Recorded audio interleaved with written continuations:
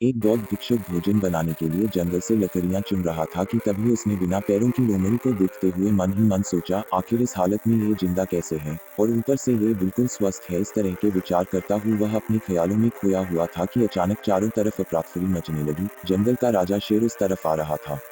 खतरे को भाप भिक्षुक भी तेजी दिखाते हुए एक ऊंचे पेड़ पर चढ़ गया और वहीं से सब कुछ देखने लगा। शेर ने एक हिरन का शिकार किया था और उसे अपने जबड़े में दबाकर लोमड़ी की तरफ बढ़ रहा था। पर उसने लोमड़ी पर हमला नहीं किया, बल्कि उसे भी खाने के लिए मांस के कुछ टुकड़े डाल दिए। ये तो घोर आश्चर्य है, शेर लोमड़ी को मारने की बजाय उसे भोजन दे रहा है। भिक्षुक बुदबुदाया। उसे अपनी आंखों पर भरोसा नहीं हो रहा था, इसलिए वह अगले दिन फिर वहीं आया और छिपकर शेर का इंतजार करने लगा। आज भी वैसा ही हुआ। शेर ने अपनी शिकार का कुछ हिस्सा लोमड़ी के सामने डाल दिया। एक बार फिर से ऐसा दृश्य देख भिक्षुक मन ही मन बोला, कदाचित यह भगवान के होने का प्रमाण है, जो वास्तव में ऐसा घटित हो रहा। वह जिसे पैदा करता है, उसकी रोटी का भी इंतजाम कर देता है। आज से इस लोमड़ी की तरह मैं भी ऊपर वाले की दया पर जीऊंगा। ईश्वर मेरे भी भोजन की व्यवस्था करेगा। ऐसा सोचते हुए वह एक वीरान जगह पर जाकर एक पेड़ के नीचे बैठ गया। पहला दिन बीता पर कोई वहां नहीं आया। दूसरे दिन भी कुछ लोग उधर से गुजर गए, पर भिक्षुक की तरफ किसी ने ध्यान नहीं दिया। इधर बिना कुछ खाए पिए भिक्षुक हर क्षण कमजोर होता जा रहा था। इसी तरह कुछ और दिन बीत गए। अब तो उसकी रही सही ताकत भी खत्म हो गई। वह चलने फिरने के लायक भी नहीं रहा। उसकी हालत बिल्कुल मृत व्यक्ति की तरह हो चुकी थी कि तभी एक महात्मा उधर से गुजरे और भिक्षुक के पास पहुंचे।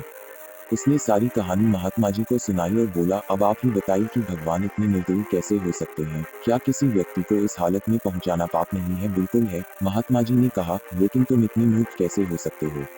तुम ये क्यों नहीं समझे कि भगवान तुम्हें उस शेर की तरह बनते देखना चाहते थे, लोमड़ी की तरह नहीं।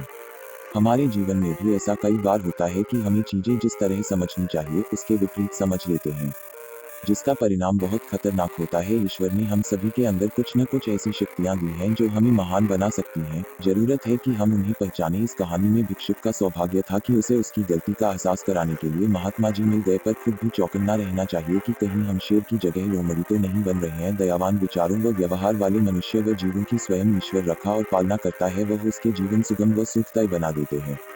एक विशालकाय पेड़ पर एक चिड़िया का घोंसला था, जिसमें चिड़िया ने 2 बच्चों को जन्म दिया था। मादा चिड़िया अपने बच्चों की देखभाल करती और नर चिड़िया बच्चों के लिए रोज भोजन की व्यवस्था करता।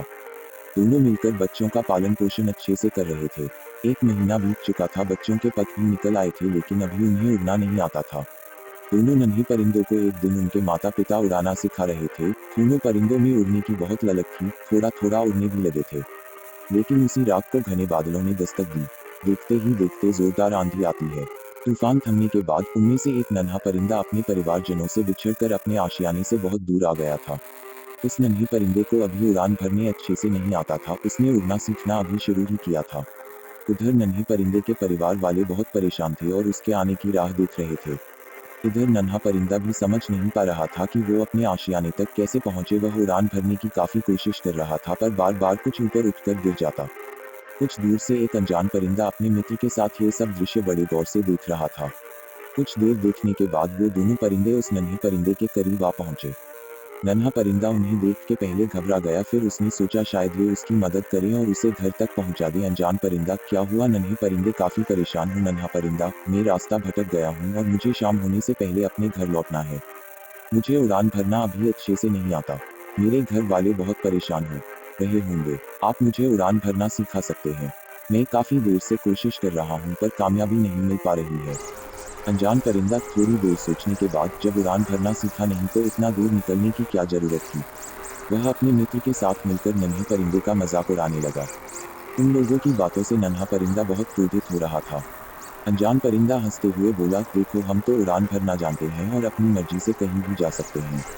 इतना कहकर अनजान परिंदे ने उस नन्हे परिंदे के सामने पहली उड़ान भरी। वह फिर थोड़ी देर बाद लौटकर आया और 2-4 कड़वी बातें बोल पुनः उड़ गया। ऐसा उसने 5-6 बार किया और जब इस बार वो उड़ान भर के वापस आया तो नन्हा परिंदा वहां नहीं था। अनजान परिंदा अपने मित्र से, नन्हे परिंदे ने उड़ान भर ली ना? उस समय अनजान परिंदे के चेहरे पर खुशी झलक रही थी। मित्र परिंदा, हाँ, नन्हे परिंदे ने तो उड़ान भर ली, लेकिन तुम इतना खुश क्यों हो रहे हो मित्र? तुमने तो उसका कितना मजाक बनाया।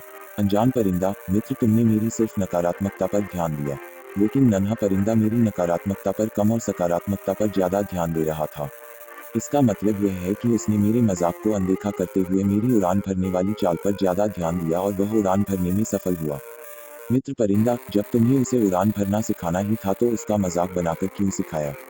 अनजान परिंदा, मित्र, नन्हा परिंदा अपने जीवन की पहली बड़ी उड़ान भर रहा था और मैं उसके लिए अजनबी था। अगर मैं उसको सीधे तरीके से उड़ना सिखाता तो वह पूरी जिंदगी मेरे एहसान के नीचे दबा रहता और आगे भी शायद ज्यादा कोशिश खुद से नहीं करता। मैंने उस परिंदे के अंदर छिपी लगन देखी थी।